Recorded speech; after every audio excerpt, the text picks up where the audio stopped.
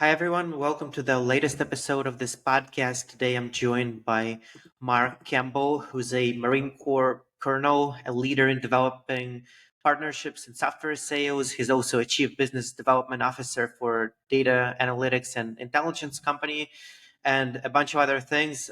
Thank you for your service, sir, and welcome to the show. Thanks, Danny. Thanks for having me. Glad to be on with you. So, like you said, my name is Mark Campbell.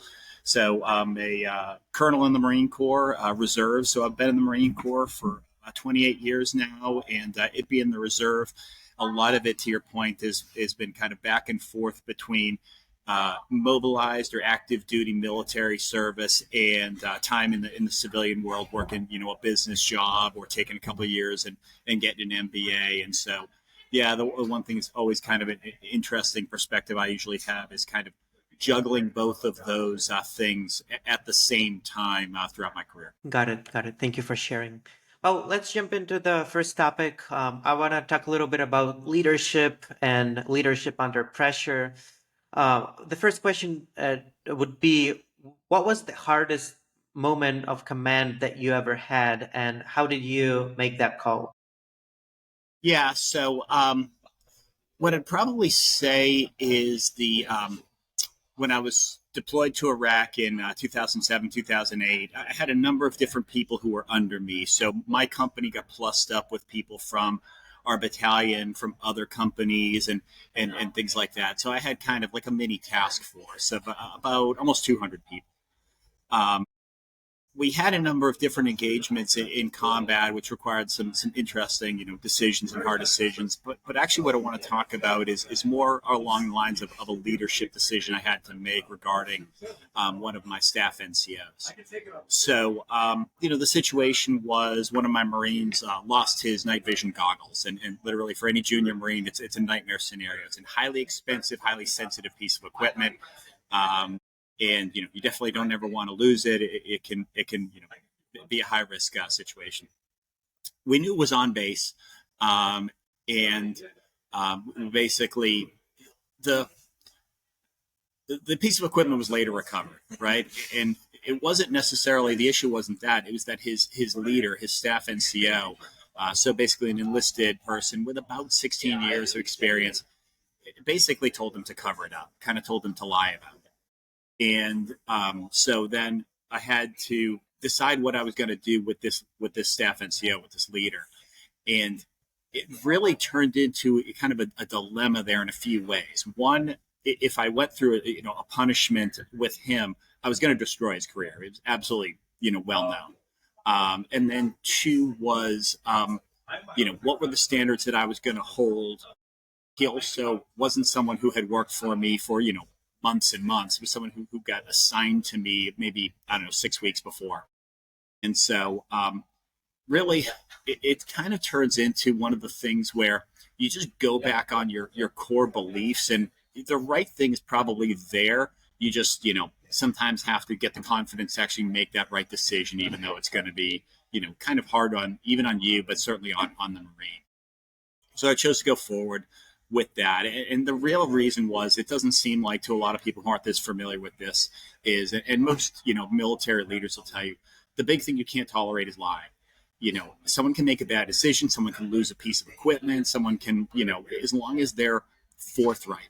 But if someone's lying, I can't use. They're almost useless to me. They're useless to everyone in their command, because everything in the military chain of command kind of relies on, if you tell me something, I need to be able to believe it. And if I can't, it kind of, once again, you're no good to me. So we went forward. We reduced the Marine in rank. Kind of what we call an administrative punishment, and it was it was something that was really, once again, considering some of the other things we were dealing with in combat, not really as big of as some Marines getting wounded, or some vehicles getting attacked. But it really was something where you had that one moment you can completely destroy the morale of your unit if you don't take action. But you just need to kind of understand, doing the right thing is there, and you usually know what it is. It's just making the call to do it. Got it. Got it. Do you think the same principle can be applied to business setting as well? Oh, absolutely. I mean, that's the one thing. If you're ever talking to kind of business leaders, usually if they're talking qualities, one of the top three is always integrity, which is really kind of the same thing, right? Are you, do you do what you say you're going to? Is the can you be relied on, or that type of thing? And it also goes into um, the wider thing of being successful in business over long term is that your reputation. The number one thing, the most valuable thing you have is your reputation. And as soon as that goes, it will take you a lifetime to build it and minutes to destroy it.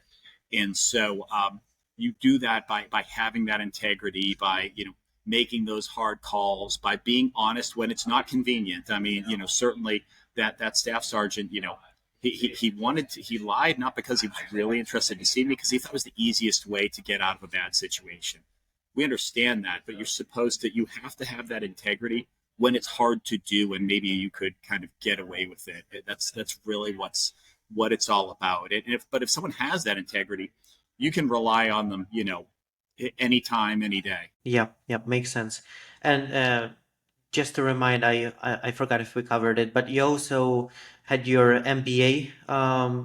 So you are pretty familiar with the business setting as well. Yeah, I got my MBA at Pepperdine University, and that was kind of an interesting situation because I went to school, I started school in 2002. I was in the Reserve, Marine Corps Reserve at the time, and we got mobilized for the Iraq deployment for what we call OIF, Operation Iraqi Freedom One, the first deployment where almost everybody went. Um, I've actually done some podcasts for Pepperdine talking about their veteran friendly kind of status there, because they couldn't have been better to me. I had 1 week's notice to mobilize and leave, and they couldn't have been better about helping with that. Um, then got to finish my MBA as an international program down at Inkai. It's a school in Costa Rica that we had an association with. It's at the time it's been the number one business school, certainly the top five for years on end. So I did my MBA in Malibu and then Costa Rica. Most people kind of smile when I say that. I usually say someone had to do it. It may as well have been me. So it wasn't purely based on the surf, but there's no coincidence there. Got it, got it. I want to step back to the conversation around leadership. Yeah. Uh, One of the things that I'm going through right now in my life is uncertainty, and I'm learning how different people have dealt with it over history, and how people like you who were in combat and actually led people as you led Marines. How do you deal with uncertainty and the decision making when the stakes are high? Yeah, and this is actually something I covered on an earlier podcast as well that I got to view, which was, and I kind of line up along that philosophy is there's there's always going to be uncertainty. That's one of the things. You're never going to have all the information you need, and you're never going to know, even if you do have all the information, what the implications of those decisions are. Now, with anything, practice makes perfect. So, the more you're used to making decisions with uncertainty, and the more you're able to kind of deal with the potential consequences, right? So one of the things in my background is I've been an operational planner for years, and so part of that is to understand what are the things that you need to make your decision, and what are the implications of that decision, the potential implications. So there, yes, someone could say there's an infinite level of possibilities, but not really. I mean, there's probably most likely five potential scenarios that come from that decision. And then you kind of determine what can you live with, what's the perfect scenario, what's the absolute worst scenario, and what can you live with. And if you come up with those things in your mind, then you're able to really make, and you can do this very rapidly. It comes with practice, where you just, do that. Sometimes, if you're talking level of, once again, uncertainty, rapid decision making, meaning, you're in the middle of a firefight.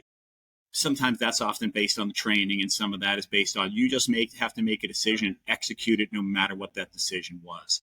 So there's a lot of different aspects to making decisions in uncertainty. But once again, just accept that one, uncertainty is part of it, and then two is understanding the things you control and the things you don't. That's where I think a lot of people get held up, is they try to address things in their decision making that are completely outside of their control. And those can be factors, inputs in your decision, but they're not something that should really push the outputs. So you really try to control the things you can control. And then beyond that, that's where you are. Sometimes that may mean you do have a significant number of choices in a scenario. Sometimes that means you really have one choice in that scenario, unless really you always have two. Do something, do nothing. And people think doing nothing is not the equivalent of a choice. It is a choice. One, sometimes it can be a good choice, but sometimes it can be, something that you're paralyzed in making a decision, but the decision is made for you anyway because you don't act. But you can analyze the situation and say, I'm going to do nothing, but I'm doing that I say you do it by choice, not neglect. Because sometimes people would, not make a decision because they just don't address it. You can say, I'm not going to make a decision now, or I'm not going to take action now, but once again, as a conscious choice. Got it. Got it. Thank you for sharing your perspective and learnings. Around the same topic, emotions, they always come into play, especially, when you're in combat. I was blessed to not be in that situation in my life, but I've heard from other people, especially when you're leading people into the combat and they're getting wounded or even lose their lives, there is a huge emotional toll on you as a leader. How do you deal with your own emotions? Do you suppress them? Do you redirect them? Do you process them? What is your approach to dealing with your own emotions? Yeah, I'll probably use a couple of examples. I might not just necessarily use any of the words that you use, just because sometimes those come with certain implications that aren't necessarily meant, right, in those. But so what I've found in some of like the emotionality in making decisions in combat is that sometimes the closer you are to the situation, it's it's actually you become less emotional because you're purely reacting, rather than if you're further away from the situation, then you actually can you kind of think through some of those things. So two examples were when when I deployed to Iraq in 07, 08, that was we were in a convoy security unit. So we were doing convoy security out throughout Anbar, all throughout Iraq in that area. One of the more dangerous jobs there at the time. And we were in our transition with the unit we were relieving. And so both of us were in the vehicle at the same time. So it's always kind of a little bit nebulous who's truly in charge at the time.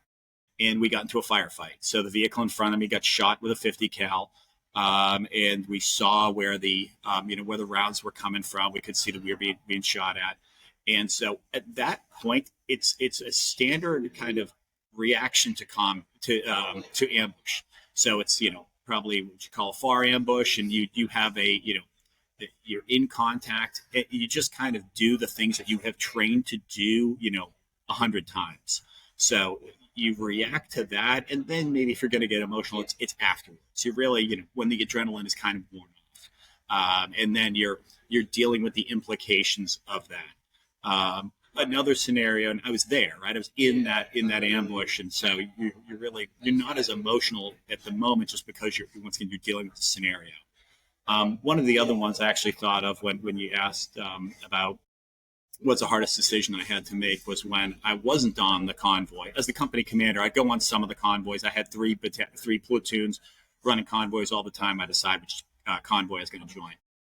One of my other convoys was coming from Baghdad to Camp Fallujah, and they got hit with an IED, and one of the Marines was wounded. But the scenario, nobody really knew what was going on, and your natural instinct is to rush out there and help them. And what you have to do is kind of take that step back and say, what are the procedures we're really supposed to do? Because what you don't want to do is make more harm than good, which is there's a quick reaction force. Who's responsible for this? What's the local security? You're in an area that you're kind of crossing. Who's in charge of that area, whether it's the Army or the Marines? You need to consider all of that. So it is kind of the once again the deliberate decision to not rush out there with 10 vehicles and secure the situation, but really work through what's the right way to address this, even though your emotions are, I got to hurt Marine, I got to get it back. Got it. Got it. Yeah, it's a very, nice insight. I never thought about it this way. The thing that you said about adrenaline, and when you're very close to the situation where you're in it, you're purely reacting or Yeah. making decisions.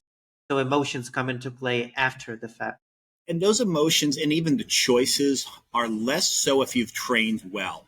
I mean, if you've trained to that scenario, you will react the way the training has told you to. So good training will also help you control those emotions because you're doing what is you have been expected to do per the training. It also allows you to in some ways make decisions quicker because they're almost not decisions, they're just instincts, reactions based on how you have been trained. You don't have to decide what you do when you get in contact. There's a drill for that, and so you execute the drill rather than when it gets a little bit more complicated or you haven't been as well trained. You have to think about that. You have to make those decisions.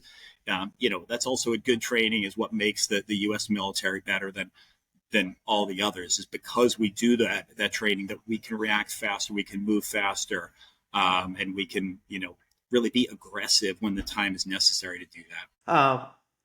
You have this unique perspective where you were on the both sides in the military, in the field, and in business. So, do you think that the sense of purpose you have in the military is something that society or even in business people can learn from and use to?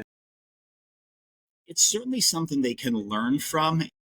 They certainly won't be the same. Some of the things you could learn is the way you recruit people. So the Marine Corps is a very good example. We have a really strong ethos in the Marine Corps because of the way we recruit and because of the way we'll just call it indoctrination. I mean, that's really what boot camp is. You're taking someone from the greater society and say, here's how we operate, and this is how we expect you to do things. Some of that can be taken, but it certainly isn't going to be like Marine Corps boot camp, right? No, would join a company that puts you through a Marine Corps boot camp to join there. But you can take some of that. The other one was the first thing that you hit on is the leadership. Is really what business communities can learn is a lot of that Marine Corps leadership or military leadership in general. The things that come from that, and so that's really because I've heard this and have kind of lived it. Is they say people join companies but they leave bosses, and a lot of that is because the boss either does not empower them enough, does not give them clear decisions, does not check in with them, is not respectful in communication. There's a lot of those things that you kind of you really deal with in the military, and you kind of live that aren't as widespread in the corporate sphere. And there's a lot of reasons for that. I mean, it's there are ways that I think the military culture could improve that, but there's some ways that they're just not compatible. But from the standpoint of like bonding with the people that you work for you, that you work with, some of it's just spending time. You do get an advantage that, and I got to see it in the reserve where I would only spend a weekend a month with my Marines. I'd get to know them, but only so much you can do in 2.5 days a month. And then we got mobilized, and then I'm spending every day, all day with them, especially when we're deployed. That bonding and that camaraderie, it really, it grows at an exponential level because you're spending all this time with them. You're really having these key experiences together. Got it. Got it. Thank you. The next question I want to ask you is regarding the civilian world and whether they understand what service really means. And again, you've been in it in the active combat, and you also experience a lot of the civilian side of things. So, is there a disconnect between the civilian world and the military, or do you think people understand what you do in the military? Yeah, I think probably the most shocking answer I could give would be if I said that I thought that they did understand, right? I mean, I think the almost underlying assumption is that they don't, and that's pretty much been true. Um, you know, you'll get a lot of the people who will say thank you for your service when you tell them, and actually a lot of you know a lot of veterans, people in the military really don't know how to handle that statement to them. You just kind of thanks. Um, yeah, I mean, there certainly is a disconnect. I would say that's both by the military not really, I think, telling our story as well as we could. Podcasts have helped that, right? I mean, you get on you see a Sean Ryan or a Jocko's podcast or something like that. You'll begin to get that. You'll see it, but a lot of stuff on the internet is kind of siloed, right? If the people who are looking at a Sean Ryan podcast or this one or something aren't the same type of people who are looking at other things, rather than if it's like a Hollywood movie that everybody sees, right? I mean, there have been some of those. Movies are movies, but they help people understand a little bit about the military. I mean, that's how before I joined, I saw some of those movies at the time, and they motivated me. Some are still well known, well loved to this day. How you would create a better understanding of the two. I mean, a lot of people have talked about it's just that it's a smaller force. It's more of a professionalized force. It's a little bit of a family business. It isn't that someone in your neighborhood, you really know someone who had joined. It's very much that, I live in Tampa. It's a pretty, military friendly town. I have a lot of military friends. But when I lived in Northern California outside of San Francisco, there wasn't really a military community around there. And so I didn't really have those connections there. It's probably not a satisfying answer, but I'm really not sure um, how you really bridge that gap. You know, Education, troops to teachers is a good example of that. If you have some folks who are vets and they join, become teachers when they've retired, things like that, I think that can help. People doing things in their own community, whether that's mentorship or that type of stuff will help. If the gap gets bridged, it'll get bridged one person at a time. Got it. So talking about young people, the folks who join the military, um, there is always a learning curve in everything, and I want to ask you this question about, again, leadership, and what do you want young leaders to understand about command? What would I want young leaders to understand about command? So really, there's two things you focus on. A lot of it's very simple. Like a lot of it's kind of the basics that we have in the service. And so, the two things really for, a young leader is you focus on the mission and you focus on your people. Um, you know, and in some cases, one takes priority over the other.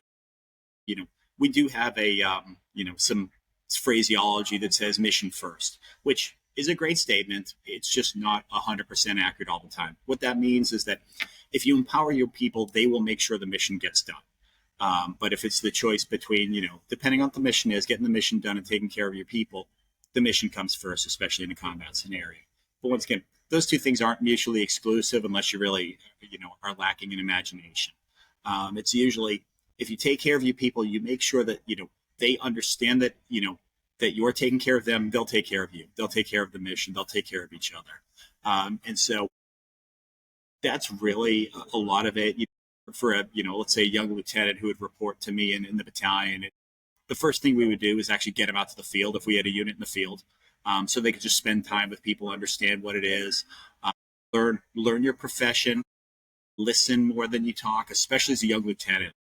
I know there's kind of a cliche around young lieutenants, being kind of dummies and really kind of saying, "Oh, in my experience," and they really have no experience. I mean, that's true. It's a cliche because it's true. Um, I didn't get into as many. I didn't get in trouble like that because I knew. I show up, to my platoon. My sergeants know more than me. My platoon sergeant really knows more than me. I should listen to them and actually learn from them before I start kind of throwing my weight around and saying that. Now, once you make the decision, and don't be shy about making an unpopular decision as long as you're comfortable and you are confident that you're making the right decision. But beyond that, you listen and you learn as much as you can, and they'll respect that. That's the other one actually. Is mutual respect is the best way to lead people. But I think that's generally kind of covered in other things. Yeah, I actually just started reading the Jacko's book, the second book, The Academy of Leadership, and that's exactly what he was talking about in the first chapter, the balance between caring about your people and the mission. Like you can go to either extreme. You have to have a Yeah, balance. yeah, you do.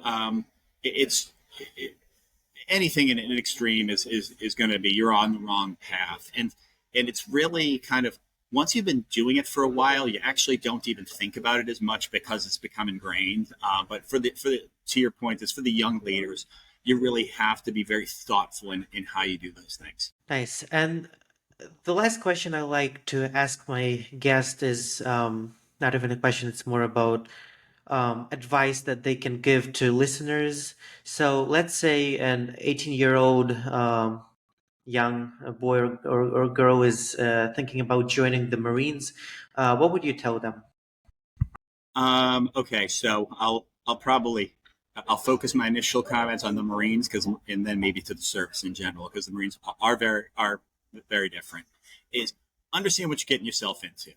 Um, I didn't have any military background from my family. I had one uncle who was a Marine in Vietnam, but he never really talked about it. My parents are from Ireland, so we didn't really have any background in that. So I kind of went in based on, what the recruiting posters said, what you see from movies and all of that. And, also this was pre-internet days. So I didn't really have, AI or just the internet in general at my fingertips to do my research. Understand as much as you can to getting what you're getting into. And the internet is great, and the research is good, but also talk to someone. Like find someone in your sphere and talk to them. Really understand what that's about, because also too is a lot of the specialties they're not all equal and they're not all for everybody, right? Everybody says, yeah, I joined the infantry. Like, yeah, okay, but like, what's the reason you're joining?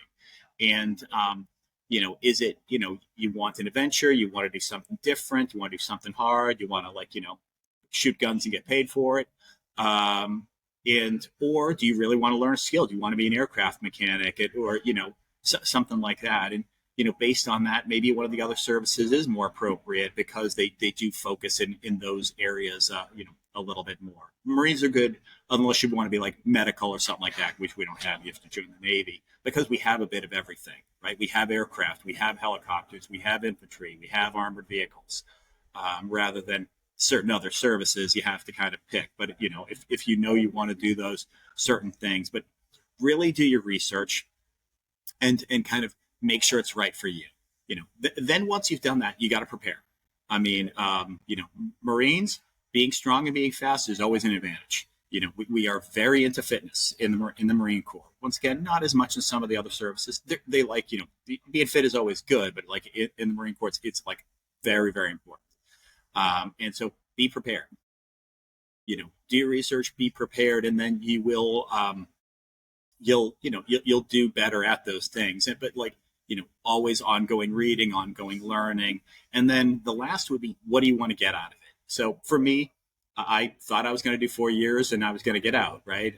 Which I did. I successfully did that. But then 9/11 happened, and 28 years later, here I am. And so it's but very often people will go in with a more of a achievable specific goal that they want to get out of it, and see, may not know, and that's okay. But if you do, if you have thought the thing through, that will also help dictate. Once again, do you want to become a lawyer and also have the military pay for it? Great, you can do that. If you want to do medical stuff, the same thing. Once again, Marines don't have it, but all the other services do. Or do you want to just blow things up and have a good time for 4 years? All of that's great. It's just they're not all the same, and understanding that as much as possible is helpful. Thank you, sir, for everything you shared today. It was my pleasure to have you on the podcast. Um, Great time. Thank you. Thanks, Danny. Yeah, it was a pleasure. I appreciate it.